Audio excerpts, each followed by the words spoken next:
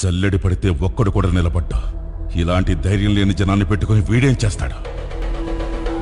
అవును సార్, మీరన్నట్టే మాకు ధైర్యం ఉండేది కాదు, శక్తి ఉండేది కాదు, నమ్మకము ఉండేది కాదు. చావు మా మీద గంతులేసేది. కానీ ఒకడు అడ్డం నిలబడ్డాడని వాడిని కాలి ముందు తల నరికాడు కదా.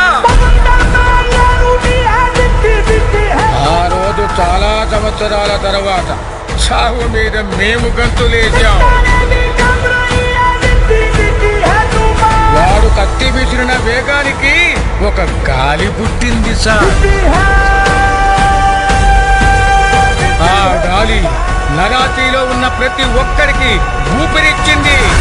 మీకొక సలహా ఇస్తాను, మీరు మాత్రం అతనికి అడ్డు నిలబడకండి సార్.